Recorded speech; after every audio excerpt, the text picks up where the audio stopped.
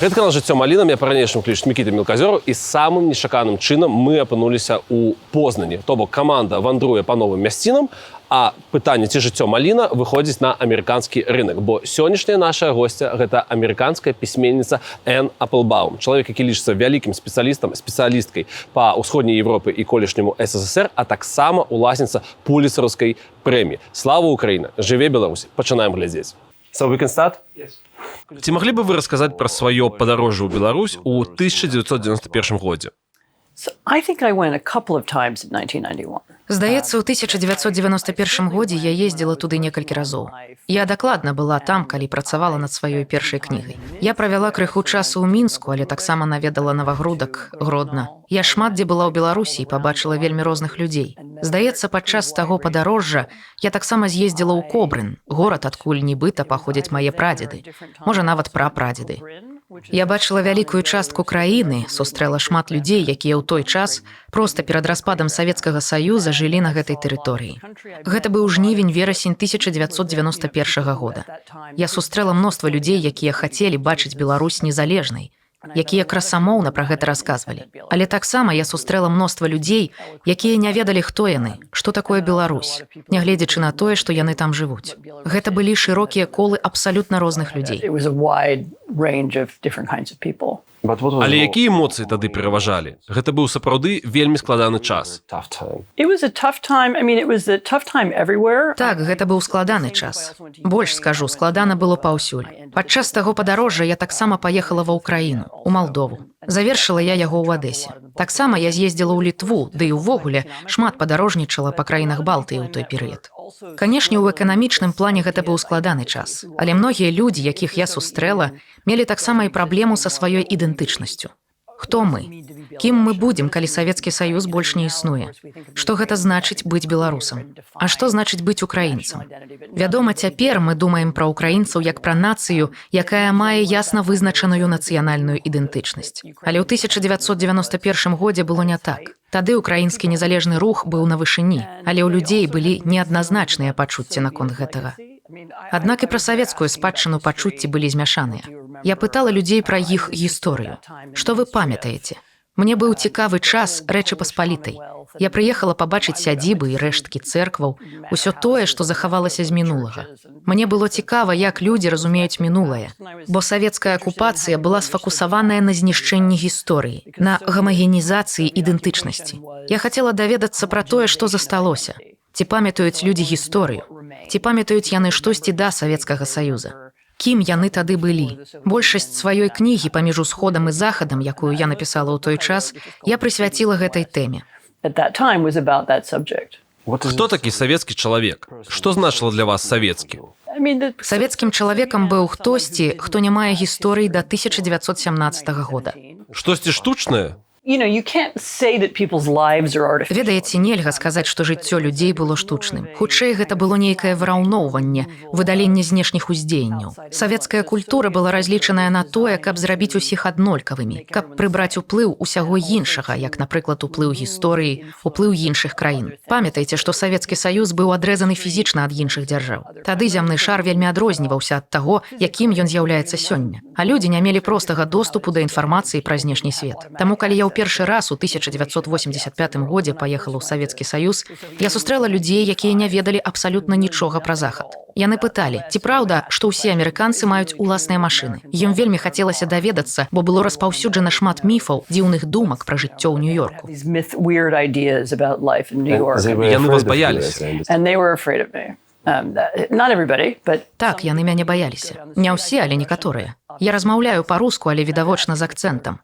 І калі я выходзіла кудысьці і пытала людзей дарогу, напрыклад, як прайсці да Эрмітажа, неважна, яны здзіўлена глядзелі на мяне і не хацелі адказваць. Бо была яшчэ гэтая спадчына сталінскай эпохі, калі любыя кантакты з замежнікамі былі вельмі небяспечныя. Ведаеце, тады за гэта можна было трапіць у турму. Таму ўсё гэта паўплывала на псіхіку людзей, на іх разуменне сябе. Як я ўжо казала, асноўнай ідэяй Савецкага Саюза было стварэнне ідэальных прыхільнікаў, людзей, якія не будуць сумнявацца ў аўтарытэце, якія не будуць мець іншых поглядаў, якія ніколі не будуць нязгоднымі з лініяй партыі. Натуральна, гэта ўсё правалілася. Уся гэтая сістэма прапаганды з адукацыяй, тэлебачаннем, газетамі, культурай. усім тым, што было звязана з адной ідэалогіяй. Яно не спрацавала. Бо проста людзі маглі бачыць шырэй. Прапаганда была пра вялікую будучыню, пра тое, як усё цудоўна. Але людзі маглі бачыць, што гэта ўсё няпраўда. Таму з'яўляліся расколіны, але таксама было і шмат страху. Савецкі чалавек таксама баяўся мець іншыя погляды ці выказвацца.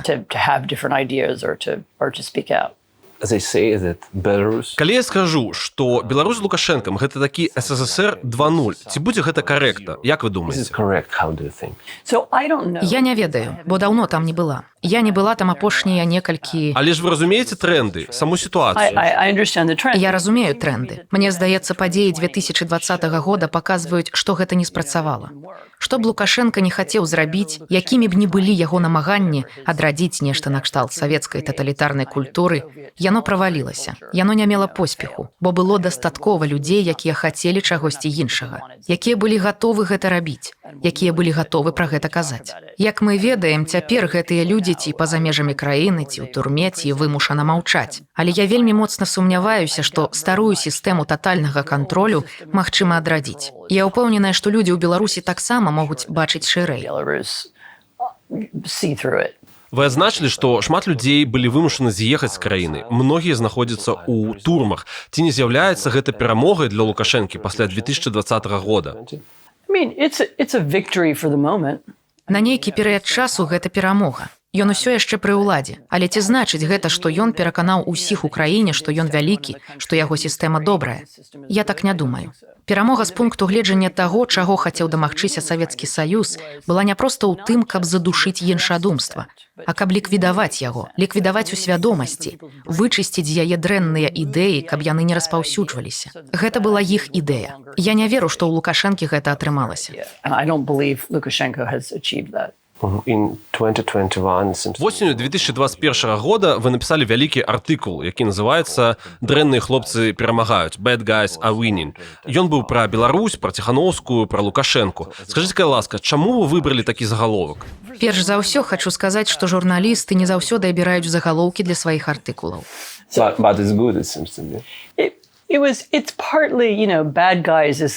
Часткова з-за таго, што дрэнныя хлопцы – гэта такі дзіцячы спосаб расказваць пра аўтакратаў. Гэта крыху дражніць, разумееце? Добрыя хлопцы, дрэнныя хлопцы. Але таксама мэта таго артыкула, як і мэта маёй новай кнігі, што выходзіць у ліпені, напужаць людзей. Я хачу, каб людзі пачалі хвалявацца наконт гэтага. Заходні свет ці дэмакратычны свет, бо гэта не толькі захад, вельмі наіўны наконт Пуціна, Сі Цзіньпіня, Лукашэнкі, наконт іранскай, паўночна-карэйскай і венесуэльскай аўтакратый, якія цяпер усе сталі часткай адной сеткі. Яны працуюць разам. Вядома, цяпер не халодная вайна, а яны не альянс. Гэта больш як сетка. Паміж Лукашэнкам, Паўночнай Карэяй, Венесуэлай, камуністычнай партыяй Кітая і іранскім тэакратам ёсць шмат ідэалагічных адрозненняў. Гэта ўсё вельмі розныя ідэалогіі, але ёсць адна рэч, што іх аб'ядноўвае. Іх аб'ядноўвае жаданне разбурыць і падарваць і дэмакратычны свет, і ідэі, і ідэалы дэмакратыі. Гэта крыху як той стары савецкі праект, але значна больш складаны.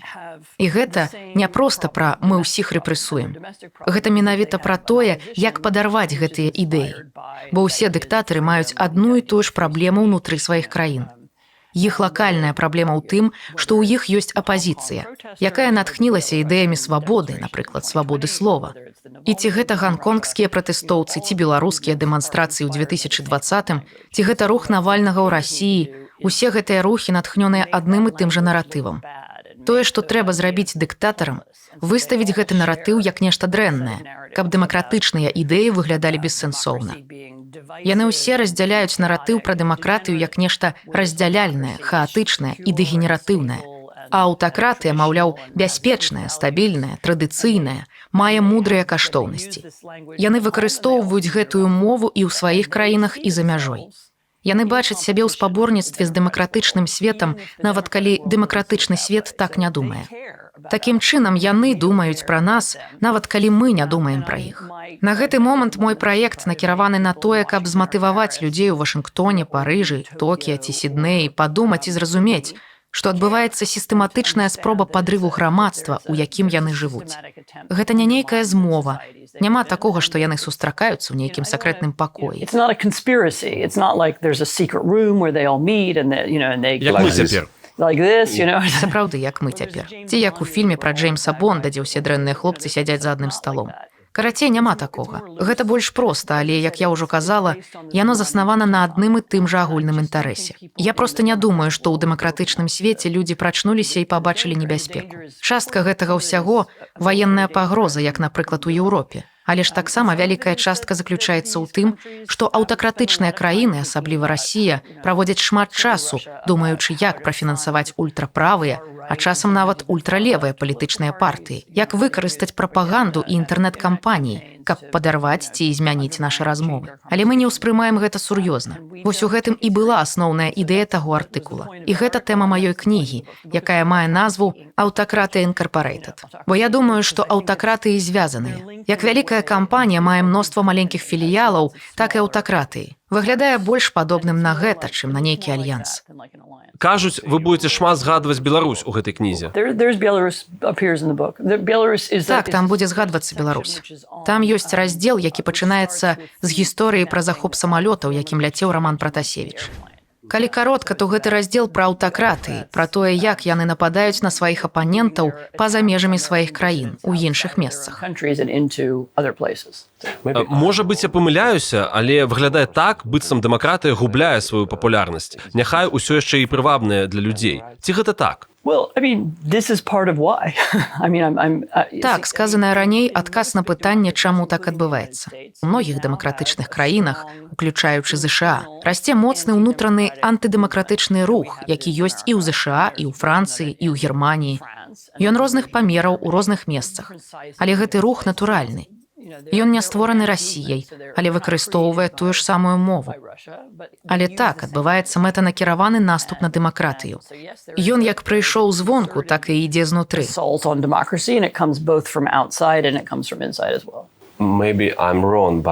Можа, я памыляюся, але, здаецца, аднойчы вы параўналі Віктора Орбана з Дональдам Трампам. Ці маю я рацыю? Але фармальна. Я не памятаю, каб я іх параўноўвала, але яны, ведаеце, суадносіны крыху больш дзіўныя, бо тое, што зрабіў Орбан у Венгрыі, гэта тое, што некаторыя людзі у колах Трампа хацелі б зрабіць у ЗША. Аднойчы, здаецца, у лютым 2020 года, проста перад пандэміяй, я была на мерапрыемстве, што праводзілася нацыянал-кансерватарамі. Гэта было ў Рыме. Там былі людзі ад італьянскіх ультраправых, было некалькі амерыканцаў, некалькі брэксітараў, антыеўрапейскія брытанцы. Былі таксама розныя іншыя людзі, у асноўным ультраправыя. Думаю, людзі з іспанскага голасу таксама былі там. Былі і людзі з польскай партыі «Закон і справядлівасць». Гэта была канферэнцыя з панельнымі дыскусіямі, дзе таксама выступаў Віктор Орбан. Адна з вялікіх частак канферэнцыі – інтэрв'ю з Орбанам проста на сцэне. Інтэрв'юваваў яго амерыканец, якога я ведаю, з якім я неяк сябравала. Пытанні выглядалі падхалімскімі, а адно з іх, апошняе, гучала як «Чаму вы такі паспяховы? Раскажыце, чаму ў Венгрыі так добра?» І ў адным з адказаў Орбана было нешта накшталт «Усё добра, бо мы кантралюем медыя». Я была ў канцы пакоя разам з журналістамі, і мы ўсе смяяліся. Але, ведаеце, людзі перад сцэнай таксама смяяліся. Толькі хутчэй ад станоўчага ўражання, што Орбан кантралюе медыя. Гэта цудоўна. Раскажыце нам, як вы гэта зрабілі. Можна было пабачыць, што Орбан захапіў дзяржаву. Ён быў абраны дэмакратычна. У палітычнай сістэме Венгрыі застаецца мноства элементаў дэмакратыі, але ён захапіў усе дзяржаўныя інстытуты. Ён паспяхова кантралюе ўсе асноўныя, усе важныя СМІ. Ведаеце, ён змяняе правілы выбараў, змяняе канстытуцыю, каб яна працавала для яго, каб ён мог заставацца пры ўладзе. Ён быў абраны ва ўладу, але потым ён змяніў правілы, каб больш ніколі не згубіць сваю палітычную моц. І гэта тое, чаго яны хочуць. Маю на ўвазе гэта тое, чаго... Трамп сам, ведаеце, зайшоў далёка ў сваёй дэмэнцыі і вар'яцтве, таму я нават не ўпэўненая, што ён сам ведае, чаго хоча. Але людзі вакол яго, некаторыя з іх вельмі разумныя, дакладна ведаюць, чаго хочуць. Усё гэта тое, чаго яны хочуць. Яны хочуць узяць і перамагчы на прэзідэнцкіх выбарах, захапіць уладу і больш ніколі яе не губляць. І ўсё. Яны захапляюцца Орбанам. Не тое, каб, ведаеце, Орбан і Трамп былі вельмі рознымі людзьмі. Але ёсць таксама і група людзей у ЗША, якая любіць палітыку Орбана. Яны таксама хочуць захапіць дзяржаву. Я думаю, што ў гэтым іх мэта.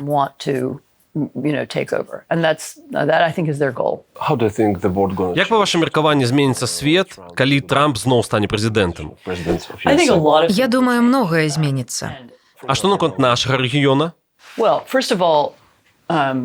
Перш за ўсё адназначна Трамп не будзе падтрымліваць Украіну, так як гэта рабіў Байден. Мне вельмі складана прадказаць дакладна, што ён збіраецца рабіць. Я чула мноства розных версій, аднак зноў, як я ўжо казала, сам па сабе ён вар'ят і ён непрадказальны. Таму ёсць шмат іншых магчымых варыянтаў развіцця падзей. Але ведаеце, зразумела, што яны захочуць неяк скончыць вайну. Яны захочуць неяк дамовіцца з Расіяй. Яны захочуць зрабіць так, каб Расія нейкім чынам была на баку ЗША. Яны б хацелі, каб Расія зноў прадавала нафту. Яны хочуць знізіць кошты на нафту. Ёсць шмат падобных меркаванняў, але гэта дакладна зменіцца.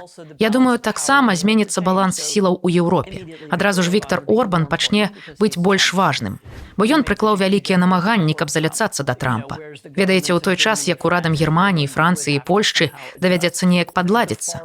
Ультраправыя ў амаль кожнай краіне стануць больш моцнымі. Я думаю, што Еўрасаюз будзе пад сур'ёзнай пагрозай.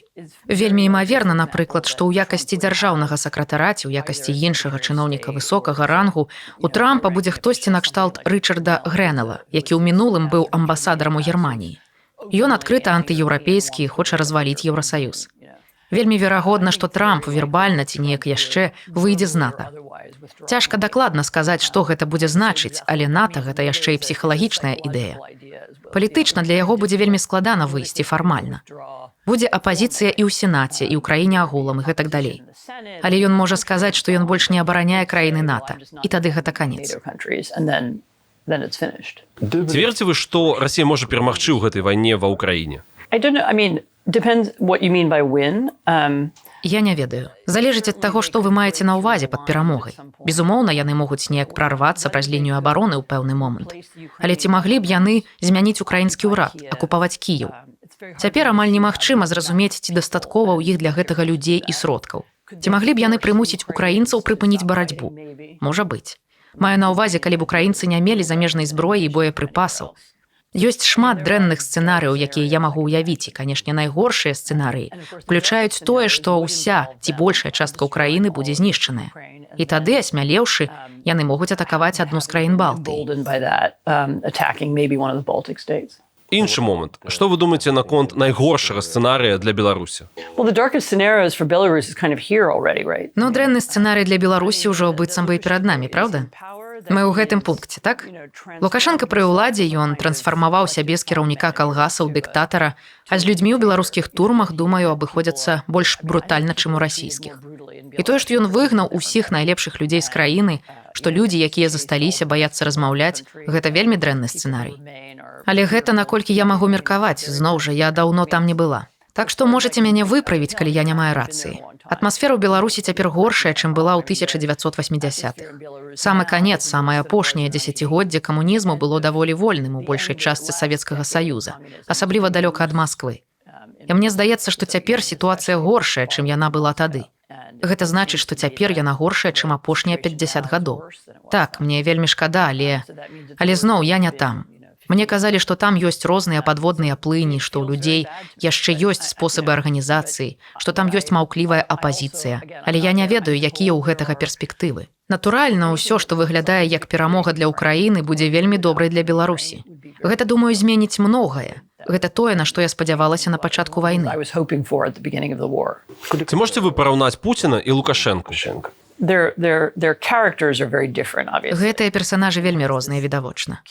У Пуціна ёсць гэты чэкісцкі бляск у вачах. Ён вар'ят з сакрэтнай службы. Пуцін мае іншы бэкграунд. Лукашенка больш нагадвае жорсткага бандыта.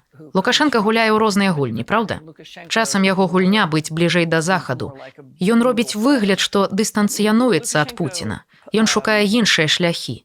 Я не думаю, што Лукашенка копія Пуціна, яго клон, які робіць абсалютна аднолькавыя рэчы. Але я адчуваю, што вы будзеце ведаць адказ лепей за мяне, бо вы сочыце за дзейнасцю Лукашэнкі. У мяне занадта шмат эмоцый да Лукашэнкі. Для мяне гэта своеасаблівы здзек. Yeah, I mean, I don't know. I mean, Я не ведаю. Ведаеце, дзесяцігоддзе таму быў перыяд, калі здавалася быццам магчыма перацягнуць Лукашэнку, калі не ў заходні лагер, то як мінімум дамовіцца з ім неяк. Каб рэжым паслабіўся, каб людзям было прасцей падарожнічаць. І тады акурат мой муж быў міністрам замежных спраў Польшчы, ён сустракаўся з Лукашэнкам некалькі разоў. Было шмат намаганняў, каб перацягнуць яго на свой бок, і выглядала быццам ён чакаў, хто дасць яму лепшую прапанову – Еўрасаюз ці Расія. Ва ўкраіне, дарэчы, таксама так было доўгі час. Ва ўкраіне шмат гадоў гэта было праблемай, бо Януковіч таксама так рабіў. Ён гуляў у вялікую геапалітычную гульню з Еўрасаюзам і Расіяй. Пакуль не выявілася, што насамрэч выбару ў яго не было. Ён быў расійскай марыянеткай. Як мінімум, нешта падобнае здарылася з Лукашэнкам, бо гульня, у якую ён гуляў, скончылася. І давялося рабіць выбар. Ён абраў саюз з Расіяй.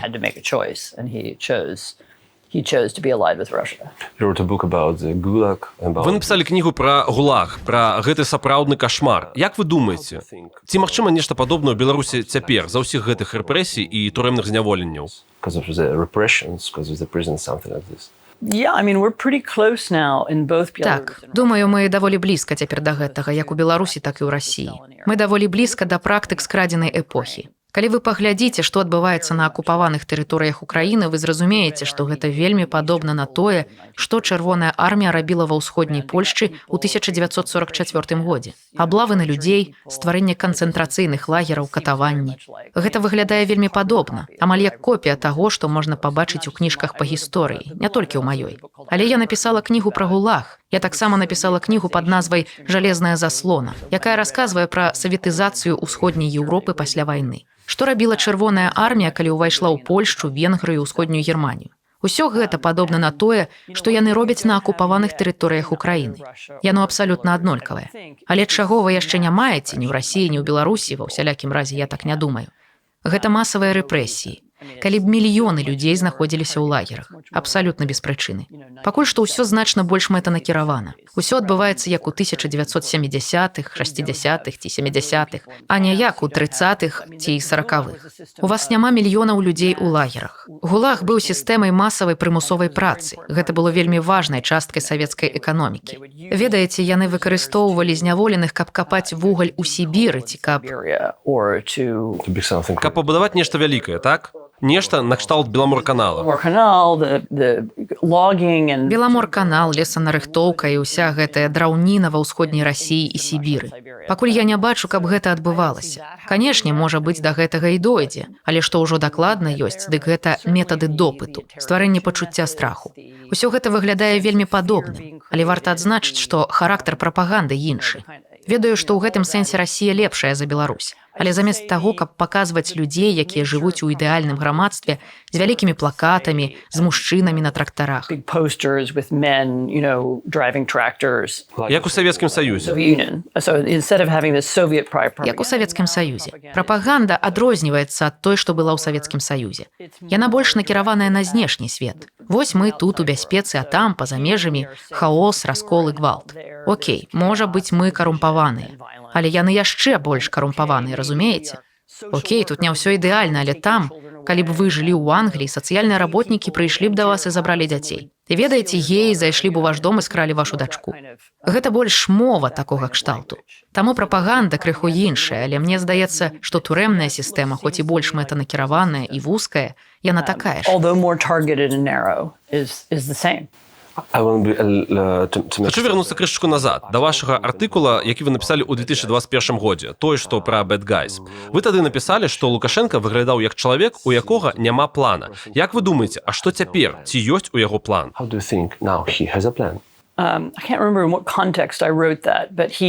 Не памятаю, у якім кантэксце я гэта напісала, але я думаю, я мела на ўвазе, што ў 2020 годзе ён быў на мяжы правалу. Таму ідэя ўключэння яго ў той артыкул была ў тым, каб апісаць, як яго выратавалі. У асноўным ён быў выратаваны Расіяй, але таксама яго выратавалі Іран, Кітай і Венесуэла.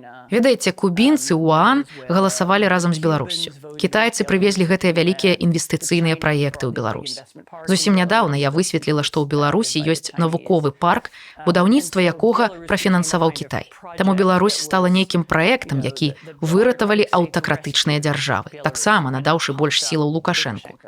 Акрамя таго, я не бачу, каб у Лукашэнкі быў нейкі іншы план, каб падтрымліваць сістэму і заставацца пры ўладзе.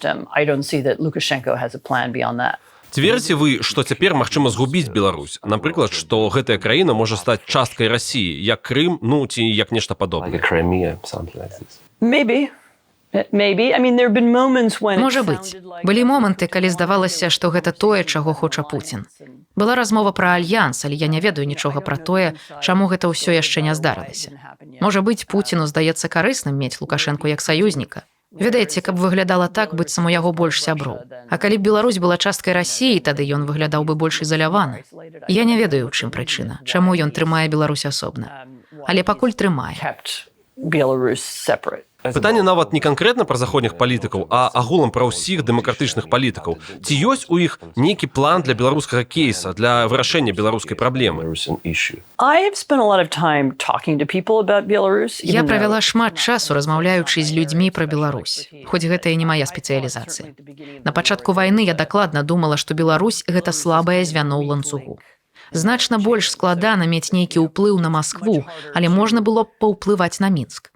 Мінск слабейшы, Лукашенко больш слабы лідар. Ведаеце, ён адназначна непапулярны. Я размаўляла пра гэта з вялікай колькасцю людзей. Я нават правяла некаторы час з беларусамі, якія змагаліся на вайне разам з украінцамі супраць расіян. У некаторых з іх была ідэя аб аслабленні Лукашэнкі. Я пагутарыла наконт гэтага з мноствам людзей у ЗША, але я не адчула, што ёсць шмат крэатыўнасці ці ідэй пра тое, што рабіць з Беларуссю. Ці нават як думаць пра Беларусь асобна ад Расіі. Я думаю, гэта вельмі дрэнна, бо варта... Як я казала, я ведаю, што нейкія спробы былі. Я ведаю, што палякі спрабавалі дзесяцігоддзя таму. Аднак я ўсё яшчэ думаю, што стварэнне раздзелу паміж Беларуссю і Расіяй і дапамога беларусам у тым, каб змяніць Беларусь, будзе для Пуціна вялікім ударам. Ён бачыць Расію, Беларусь і Украіну разам. Памятаеце, як адразу пасля пачатку вайны, праз некалькі дзён, у лютым 2022 года, быў апублікаваны артыкул. Так, я памятаю, я яго памятаю.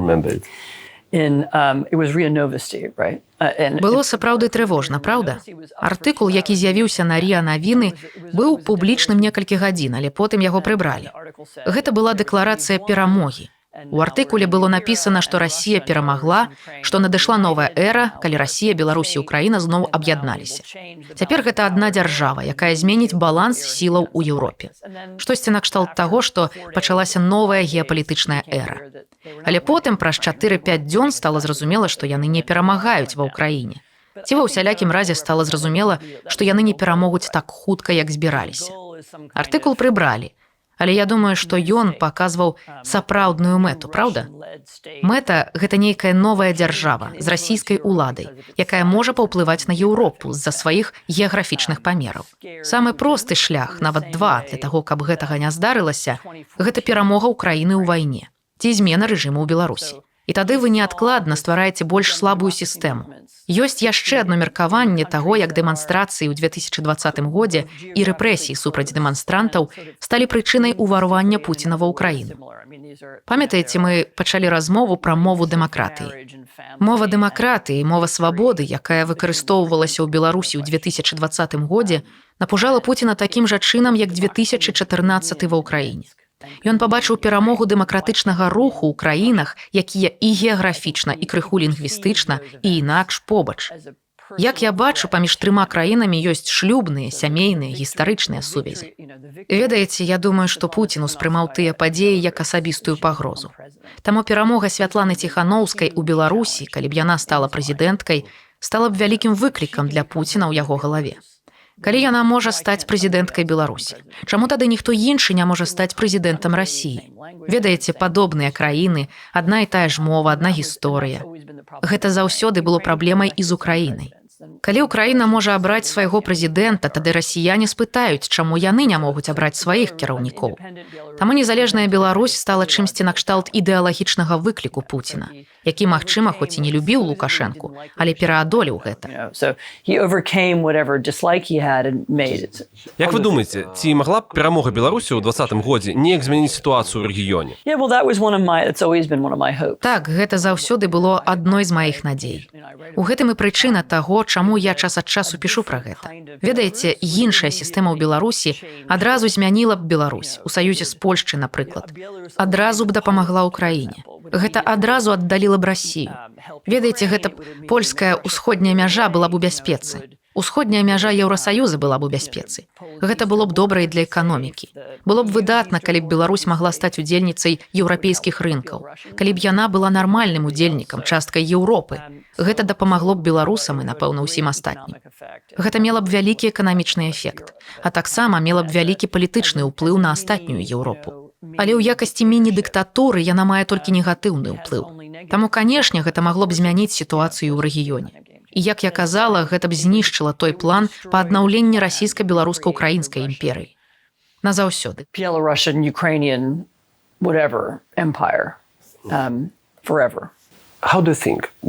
Як вы думаеце, ці зразумелі за апошнія 4 гады згаданай мною дэмакратычнай заходняй палітыкі, што такое Расія і што такое сапраўдная Беларусь?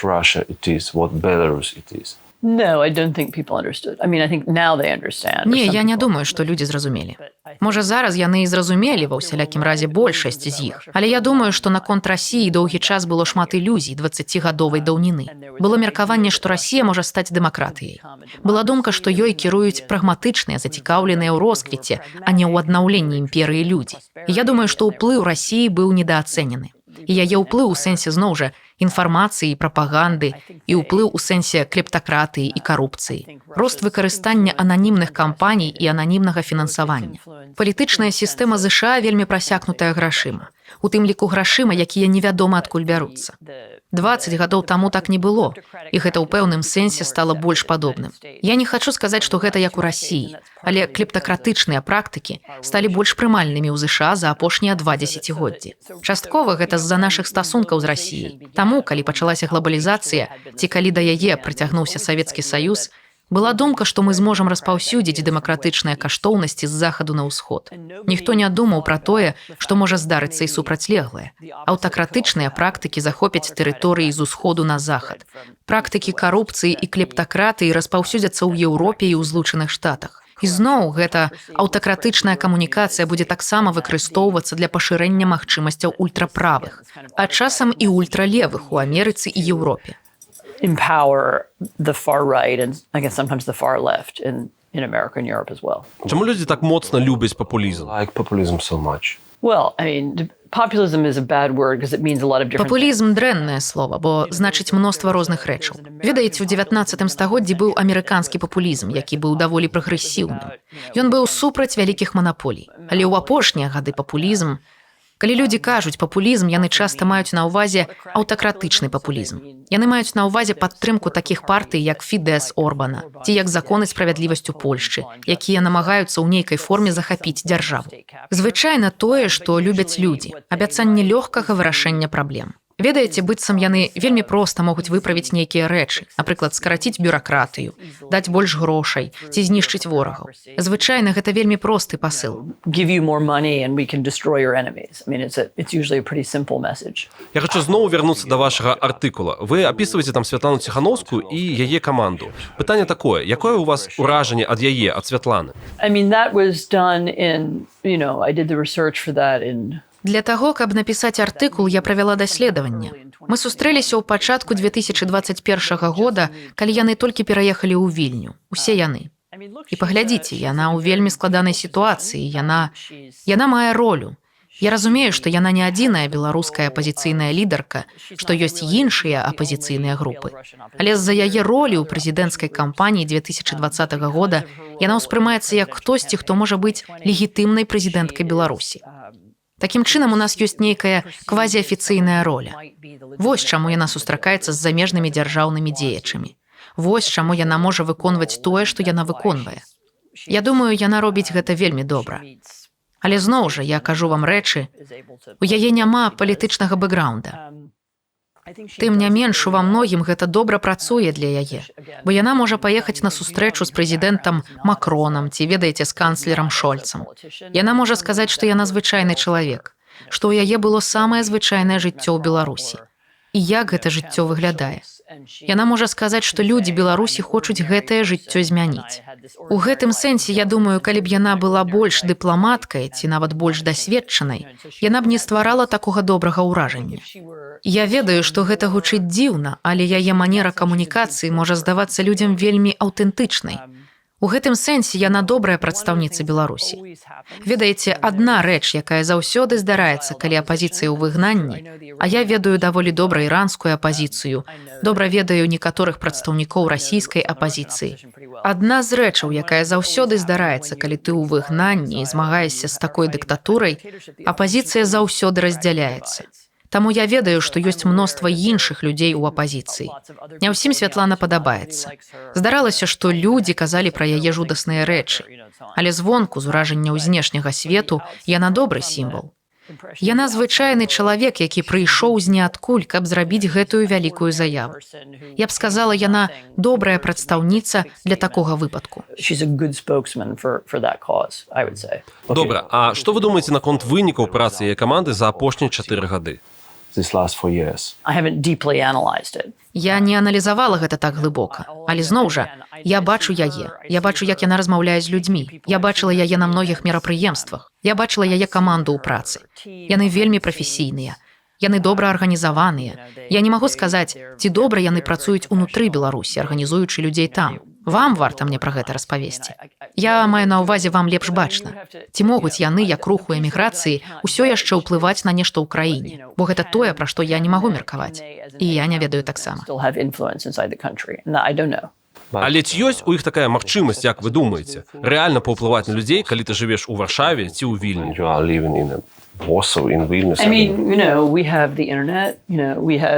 Ведаеце, ёсць інтэрнэт, ёсць праграмы накшталт вашай, якія выразна нацэленыя на тое, каб дацягнуцца да людзей унутры краіны. Ёсць шмат спосабаў заставацца на сувязі з людзьмі ўнутры краіны.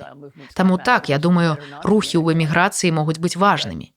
Канешне, лепей не быць у выгнанні, але калі трэба, то ёсць рэчы, якія можна рабіць. І гэта адбываецца проста цяпер. Мы збольшага жывём у эпоху выгнання. Тое, што было рухам Навальнага, цяпер разгарнула маштабную дзейнасць у Вільні, дзе яны робяць YouTube-праграмы, якія штодня транслююцца на Расію.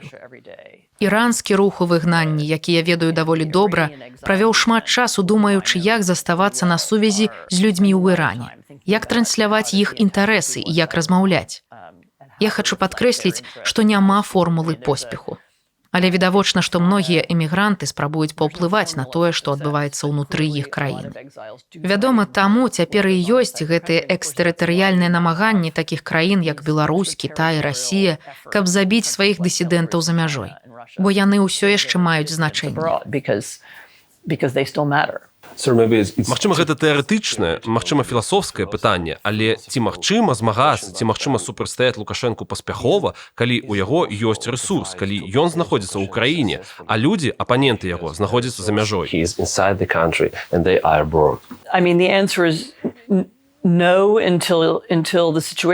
Ну, я думаю, адказ не. Пакуль не зменіцца сітуацыя. А потым так, магчыма.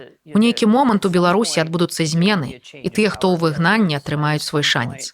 У вас цяпер некалькі пакаленняў у выгнанні, так? Але так, натуральна, заўсёды ёсць магчымасць. Гэта была тэорыя руху Навальнага, што будзе момант крызісу, і мы проста хочам адыграць сваю ролю, калі гэты момант надыдзе. У гэтым сэнсе Лукашенка падобны да Пуціна, таму што няма відавочнага працэсу пераемнасці. Але не толькі гэта. У выпадку з Пуціним справа не толькі ў тым, што мы не ведаем, хто прыйдзе пасля яго. Мы не ведаем, як гэты чалавек будзе абраны. Няма савецкага палітбюро, няма камуністычнай партыі, няма адназначнага шляху, якім наступны кіраўнік Расіі прыйдзе да ўлады. Таму калі бы, як бы ён не памёр, ці трапіць ён пад аўтобус, ці ўпадзе з лесвіцы, будзе крызіс. Пераходны перыяд будзе крызісным. І гэта здарыцца раней ці пазней, паўсюдна.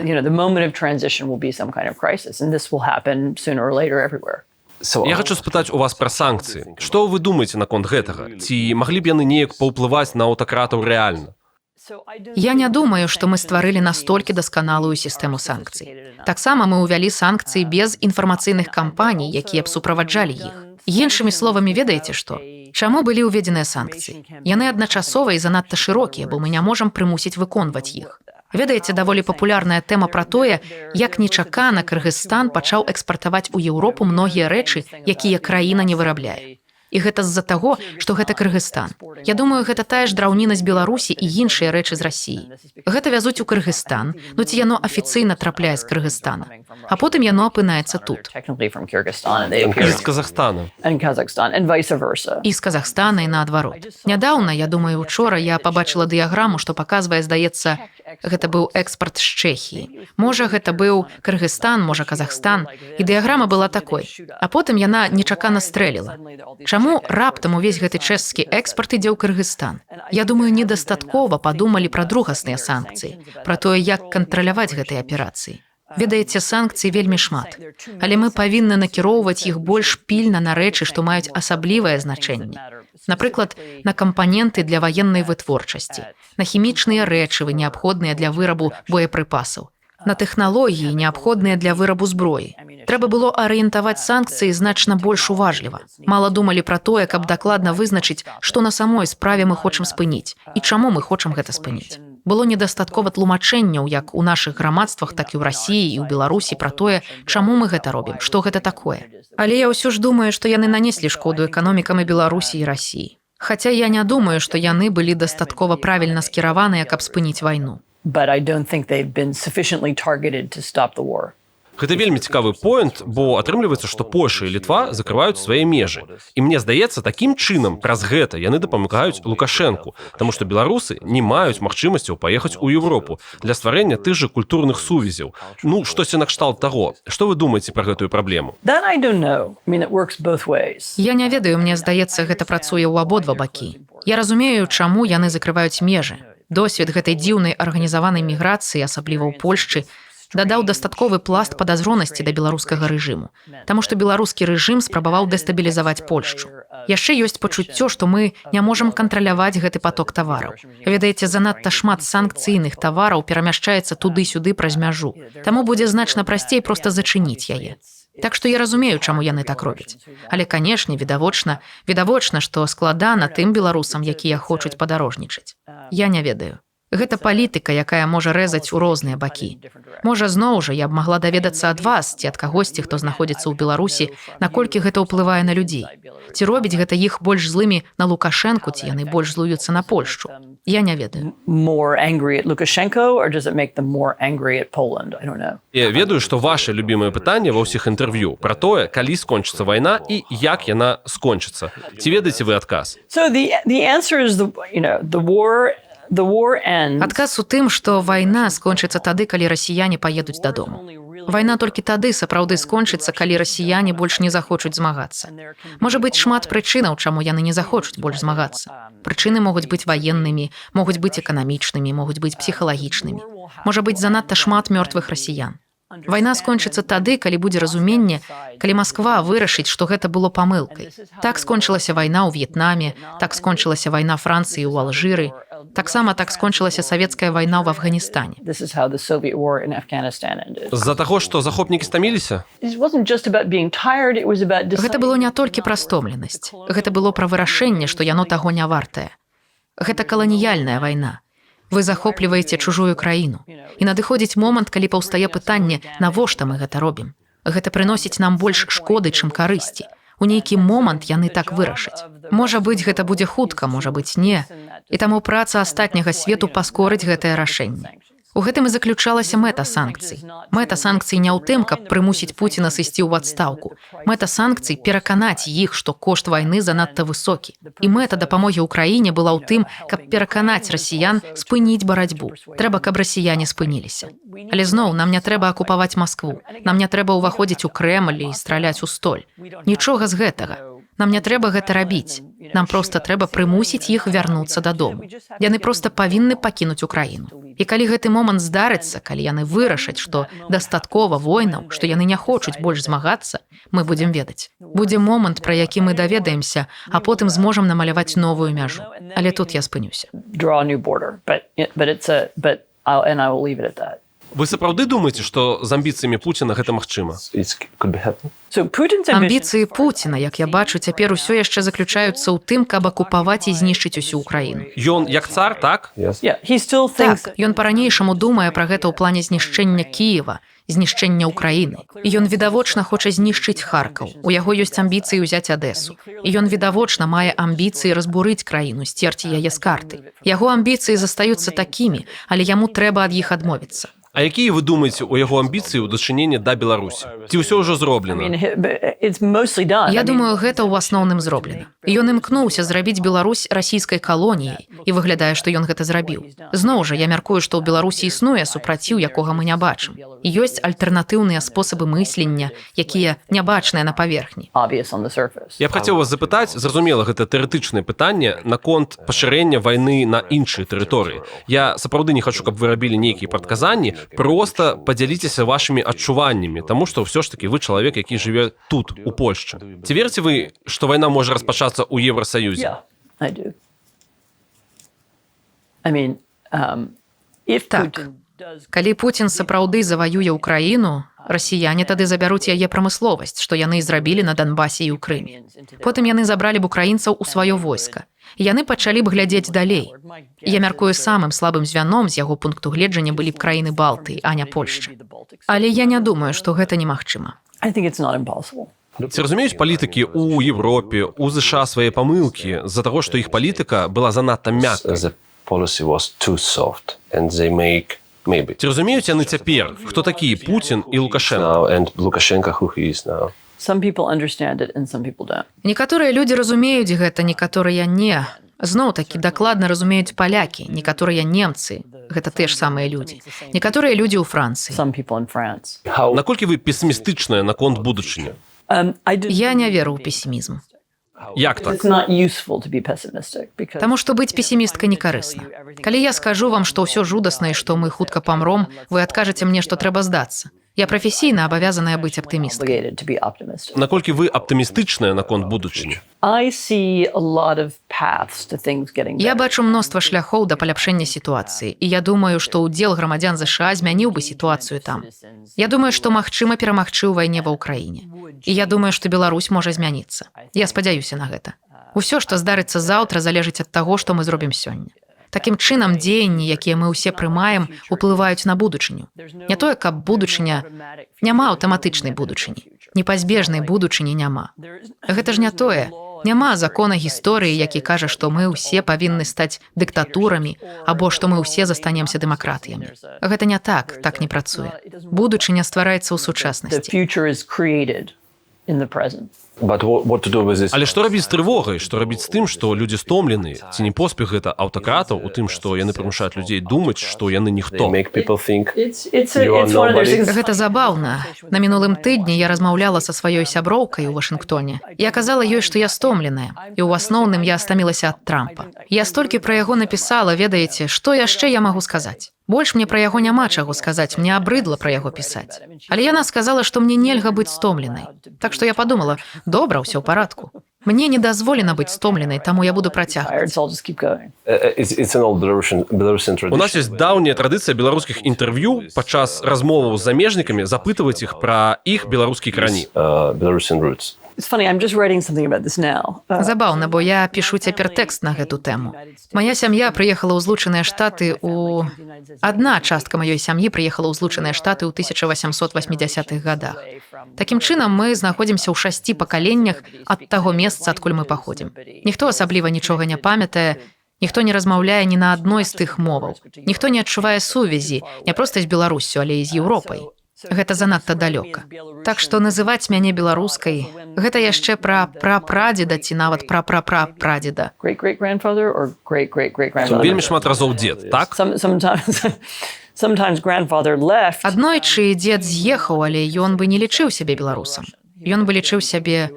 Ён быў яўрэем, і, ведаеце, ён быў з Кобрына. They were from Kobrin, which you know where that is. Ну, гэта значыць, што ён наш хлопец. So he's certainly... Так. Так што ён, яго сям'я былі дакладна з тэрыторыі, якая цяпер уваходзіць у Беларусь. Але яны не адчувалі ніякай сувязі з тым светам. Амерыканцы, асабліва ў тую эпоху, а мы гаворым пра 1940-е гады, не культывавалі гэтай настальгіі па мінулым і казалі, што хочуць стаць амерыканцамі як мага хутчэй. Такім чынам яны далі сваім дзецям гэтыя вельмі амерыканскія імёны. Яны не расказвалі пра Еўропу і пра тое, адкуль яны. Яны адразу паспрабавалі як мага больш асімілявацца ў амерыканскім жыцці. У мяне няма ніякіх ведаў пра тое, адкуль дакладна яны паходзяць. Але ў мяне была назва Кобрын, якая перадавалася праз 3 пакаленні. Таму я думаю, што гэта праўда. Я была там, я туды ездзіла, нават напісала пра гэта некалькі гадоў таму. I even wrote about it some years ago. Добра, ці магу я вас спытаць пра карані вашага мужа? husband. In his case, part of his... У яго выпадку частка яго сям'і з заходняй Польшчы, але нібыта ён мае некалькіх сваякоў, якія паходзяць з усходняй Польшчы. Пасля падзелаў Рэчы Паспалітай яны пераехалі на захад, і некаторыя з іх нібыта... Ведаеце, дзявочае прозвішча яго маці Пашкевіч, што з'яўляецца свайго роду літоўска-беларускім прозвішчам. І таму, магчыма, яны таксама прыйшлі адтуль, але гэта некалькі пакаленняў таму. Так што нас абодвух вы можаце называць беларусамі. So you can call both of us Belarusian. Гэта было галоўнай мэтай нашага інтэрв'ю. So I know Я ведаю, што вы разумееце рускую мову, але вам складана размаўляць на ёй. Russian. I got it. Да. Окей, гэта як з маёй польскай. Але ці разумееце вы ідыёму «жизнь малина»? Жизнь малина. Yes. Так. Жизнь is life and malina is Raspberry. raspberries. Ведаеце, гэта нешта пра радасць. Здаецца, у англійскай мове ёсць такая ідыёма, як «life is peachy». Yes, Something жизнь about малина. Malina. So Таму наша апошняе пытанне традыцыйна пра тое, ці думаеце вы, што жыццё маліна? Як вы да гэтага ставіцеся? Yeah. Жыццё для вас якое? I don't know if I would say malina, but I would say it's, you know, интересно. Я не думаю, што я б сказала, што жыццё маліна. Але б я сказала, што гэта цікава, штосьці заўсёды адбываецца. Ведаеце, гэта ўсё цікава. Мне таксама вельмі пашанцавала. Я ведаю, што са мной адбылося шмат усяго добрага. І я цаню гэтую ўдачу. Я магу рабіць цікавыя рэчы, я сустракаю шмат цікавых людзей, як вы, і гэта сапраўднае шчасце. Мне варта фокусавацца на тым, што атрымліваецца добра. І тады яно сапраўды ідзе добра. And that's going well. Дзякуй вам шчыры. Дзякую. Вялікі дзякуй, што даглядзелі гэта відэа да канца. Калі у вас ёсць магчымасць, калі ласачка, падпішыцеся на наш канал, ён называецца «Жыццё маліна», і на наш сайт, праект, які называецца «Загляне сонца». Слава Украіне! Жыве Беларусь! Разыходзімся!